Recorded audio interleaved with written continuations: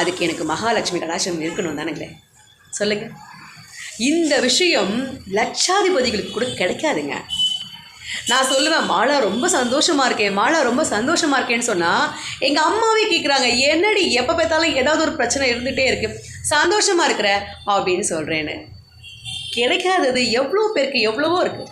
நிம்மதியான ஒருவேளை சாப்பாட்டை மாலா நிம்மதியாக நான் சாப்பிட்றேன்னா எனக்கு மகாலட்சுமி அம்மா என் கூட துணை இருக்கிறதுனால தான் நான் 3 வேளை சோறு சந்தோஷமாக கஷ்டம் இல்லாமல் சாப்பிட்றேன். நீ சாப்பிட்டியா அப்படின்னு கேட்குற அளவுக்கு ஒரு கணவனை எனக்கு என் இறைவன் கொடுத்துருக்காங்க. எவ்வளவோ வீட்டில் அப்படியே மிலிட்ரிக்கு போகிற வீட்டுக்காரங்க மாதிரி வீட்டுக்கு வந்தோடனே டிவி ஆஃப் பண்ணுவாங்க, ரேடியோ ஆஃப் பண்ணுவாங்க, அப்பா டென்ஷனாக இருக்கார். அப்படிலாம் நம்ம வீட்டில் கிடையாது. என்ன டென்ஷன் அவருக்கு வேலையில் இருந்தாலும் இதாங்க கல்யாணம் ஆகி ஆகிடுப்போது. எங்களுக்கு கூட ஒரு 18 வருஷம் ஆகிடுச்சு கல்யாணம் ஆகி. ஒரு நாள் கூட வெளி டென்ஷன் அவர் கொண்டு வந்து காட்டினதே கிடையாது. ஸோ அந்த அளவுக்கு எனக்கு இவ்வளவு சௌகரியங்களை மகாலட்சுமி கடாட்சம் அப்படிங்கிறது மாலாவுக்கு கிடைச்சதுனால தான் இவ்வளோ சந்தோஷமாக நான் இருக்கேன். நீங்களும் வீட்டில் இருக்க பெண்களுக்கு நான் சொல்கிறேன் கேளுங்க. இந்த மீடியாவில் நீங்கள் பார்க்குற நிறைய விஷயங்கள் இருக்குது. காலையில் 3 மணிக்கு எந்திரிக்கிறது, அவங்களுக்கு இவ்வளோ வழியில் முடி. நான் 2 பேரை பார்த்து ரொம்ப ஜாஸ்தி பொறாமப்படுவேன். பொறாமையே நிறைய படுவேன்.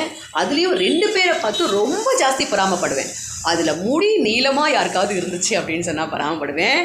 நிறைய படித்தவங்களை பார்த்தா நான் ரொம்ப பொறாமப்படுவேன். எனக்கு இது 2மே இல்லை. அதனால இருக்கிறவங்கள பார்த்தா எனக்கு பயங்கர பொறாமையாக இருக்கும். இந்த அம்மா என்ன பண்ணுது, காலையில் 3 மணிக்கு எந்திரிக்குது, 4 மணிக்கு பூஜை செய்யுது, 6 மணிக்கு டிஃபன் செய்யுது, 8 மணிக்கு லஞ்சு செய்யுது, வேலைக்கு போகுது, வீட்டை பார்க்குது, விளக்கிட்டுது, எல்லாமே பண்ணுது. நமக்கு பொறாமை எதனா இருக்கும். காலையில் 8 மணிக்கு எந்திரிச்சு தான் அப்போ தான் நாங்கள் அப்படியே 8 ஆகிடுச்சா அப்படின்னு பார்க்குற என்ன மாதிரி ஆட்களுக்கு அந்த மாதிரி பெண்களை பார்த்தா பொறாமையாக தான் இருக்கும். பர்ஃபெக்டாக நடந்துக்கிறாங்க இல்லைங்களா? ஸோ எல்லாரோடையும் அப்படி இருந்துட முடியாது அப்படிங்கிறத பெண்கள் புரிஞ்சுக்கணும். என்கிட்ட இந்த தங்க நகை இல்லை, என்கிட்ட இந்த வெள்ளி நகை இல்லை, என்கிட்ட இந்த வசதி இல்லை, என் வீட்டில் இந்த வசதி இல்லைன்னு என் வீட்டுக்கு வரமாட்டேங்கிறாங்க. வர தேவையில்லை, அவங்க தேவையில்லை.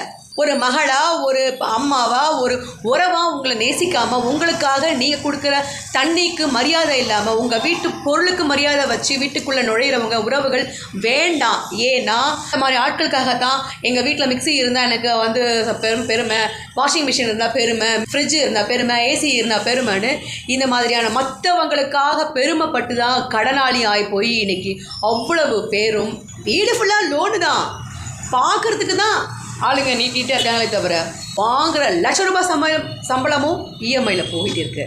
இது மகாலட்சுமி கடாட்சமா? நீங்கள் சொல்லுங்கள்.